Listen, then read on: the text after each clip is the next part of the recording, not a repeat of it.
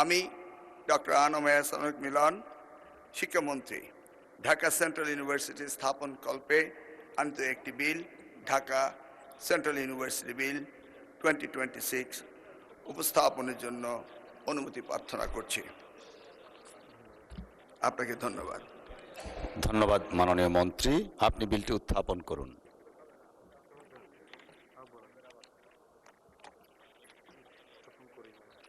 মাননীয় স্পিকার, আমি Dhaka central university বিল 2026 উত্থাপন করলাম। ধন্যবাদ মাননীয় মন্ত্রী। ঢাকা সেন্ট্রাল ইউনিভার্সিটি বিল 2026 মহান সংসদে উত্থাপিত হলো।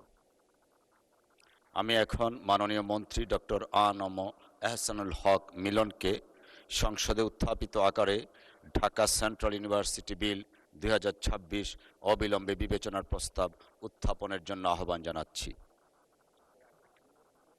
আমি ডক্টর আনম এহসানুল মিলন, শিক্ষামন্ত্রী, প্রস্তাব করছি যে ঢাকা সেন্ট্রাল ইউনিভার্সিটি বিল স্থাপন কল্পে আনিত বিলটি ঢাকা সেন্ট্রাল ইউনিভার্সিটি বিল 2026 অবিলম্বে বিবেচনার জন্য গ্রহণ করা হোক।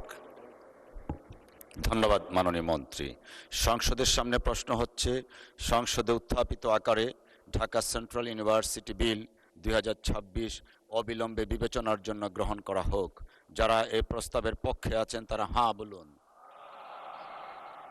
যারা এই প্রস্তাবের বিপক্ষে আছেন তারা না বলুন। আমার মনে হয় সর্বসম্মতিক্রমে হাঁ জয়যুক্ত হয়েছে, হাঁ জয়যুক্ত হয়েছে, হাঁ জয়যুক্ত হয়েছে।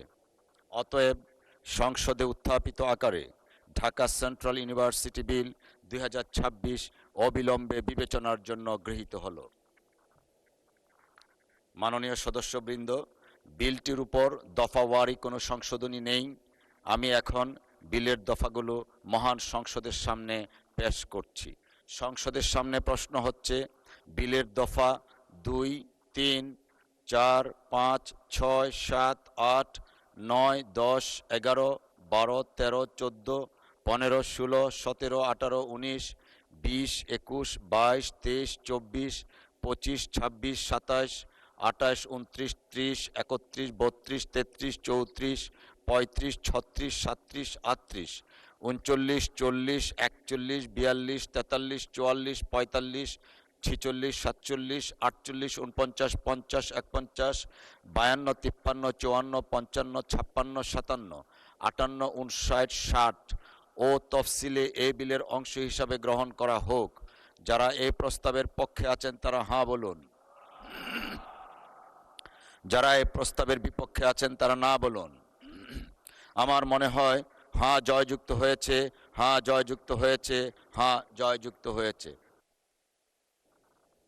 অতএব বিলের দফা 2, 3, 4, 5, 6, 7, 8, 9, 10, 11, 12, 13, 14, 15, 16, 17, 18, 19, 20, 21, 22, 23, 24, 25, 26, 27, 28, 29, 30, 31, 32, 33, 34, 35, 36, 37, 38, 39, 40, 41, 42, 43, 44, 45, 46, 47, 48, 49, 50, 51, 52, 53, 54, 55, 56, 57, 59, 60 ও এ তফসিল বিলের অংশ হিসাবে গৃহীত হলো। মহান সংসদের সামনে প্রশ্ন হচ্ছে, বিলের 1 দফা, বলবৎকরণ দফা, প্রস্তাবনা, প্রবর্তন এবং শিরোনামা এই বিলের অংশ হিসাবে গ্রহণ করা হোক। যারা এই প্রস্তাবের পক্ষে আছেন তারা না বলুন, যারা এই প্রস্তাবের বিপক্ষে আছেন তারা না বলুন। আমার মনে হয় হাঁ জয়যুক্ত হয়েছে, হাঁ জয়যুক্ত হয়েছে, হাঁ জয়যুক্ত হয়েছে। অতএব বিলের 1 দফা, বলবৎকরণ দফা, প্রস্তাবনা, প্রবর্তন এবং শিরোনামা এই বিলের অংশ হিসাবে গৃহীত হলো।